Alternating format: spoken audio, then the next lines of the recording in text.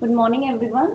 My topic of presentation is characterization of occluded lacrimal punctum using spectral domain ASOCT in exploratory study. Coming to the introduction part, epiphora is a common presenting symptom. It may rarely be due to an absent or an occluded lacrimal punctum. It could be congenital or acquired due to various causes like aging, prolonged inflammation, infection, topical systemic therapy, local radiation, and trauma. Punctal stenosis could be an isolated punctal occlusion or it may be associated with concomitant canalicular stenosis.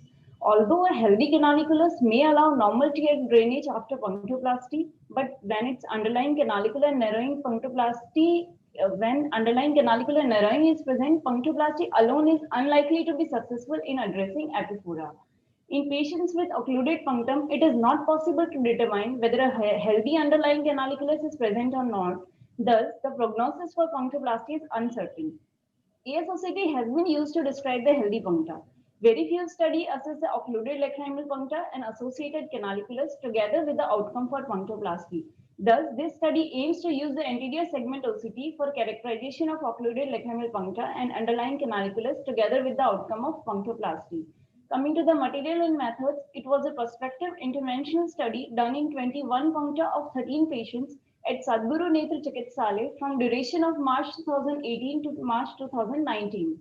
And all patients with epiphora and absent or fully occluded lower puncta not amenable to dilation in clinic were included in the study. Written informed consent was obtained from all the patients and OCT images were taken using these parameters. Imaging protocol was lower lid was gently everted to align the puncta into a plane perpendicular to the light source. Long axis of the scan acquisition related to parallel the eyelid margin and multiple OCT and infrared images obtained from each peripunctal area.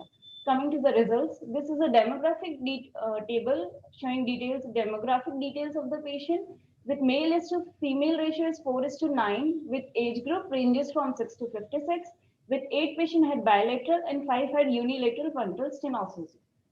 Outcome following OCT and surgical exploration, out of total 21 puncta, canalicular lumen was not seen on OCT in 5 puncta, but located on surgical exploration in 2 puncta, while lumen was detected on OCT as well as punctal exploration on 16 patients. These were OCT images of few patients showing canalicular lumen at various depths. Coming to the discussion part, OCT identified 76.19% of the canaliculi that were located on microscopic assisted punctal exploration. And these lumens were seen within 540 micrometer depth from eyelid margin surface. 62.5% eyes had resolution of epiphora following punctoplasty. 3 patients was detected with NLD obstruction and 2 patients was detected with soft stop.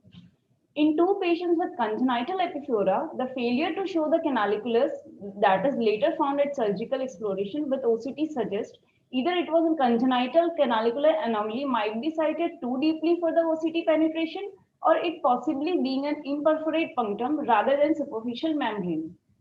Currently, with this machine, the deepest lumen detected in this study was that starting at a depth from 301 micrometer from the eyelid margin surface. Closed punctum reduces the depth of OCT penetration when compared with an open punctum, and OCT light has to pass through the semi-transparent membrane tissue of the closed punctum. Although more subjects are needed, particularly in congenital cases, to ascertain the maximum depth at which a canaliculus can be identified when scanning through a closed punctum, but OCT might usefully predict the likely success of punctoplasty in patients with acquired punctal occlusion. Thus, to conclude, ASOCT might usefully predict the likely success of punctal exploration in patients with acquired punctal occlusion with the absence of lumen. Thus, it may help in tailoring of surgical techniques to individuals. Thank you.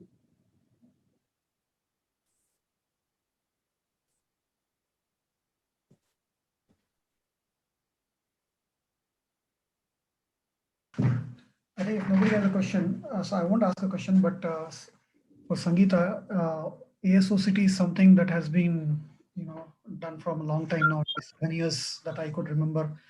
And there is a good amount of literature on normal population-based data from almost across every part of the world now, including India. And obviously, the kind of,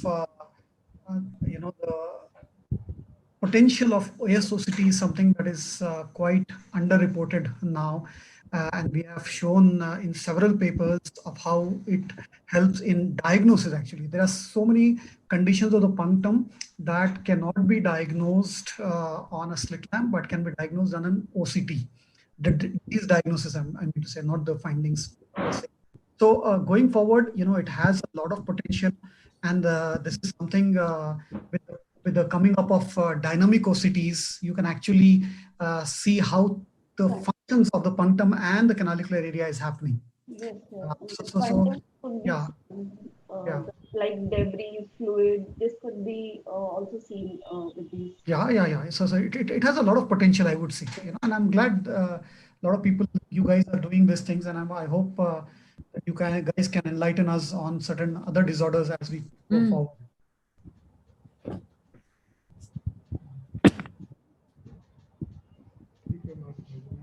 Thank you all.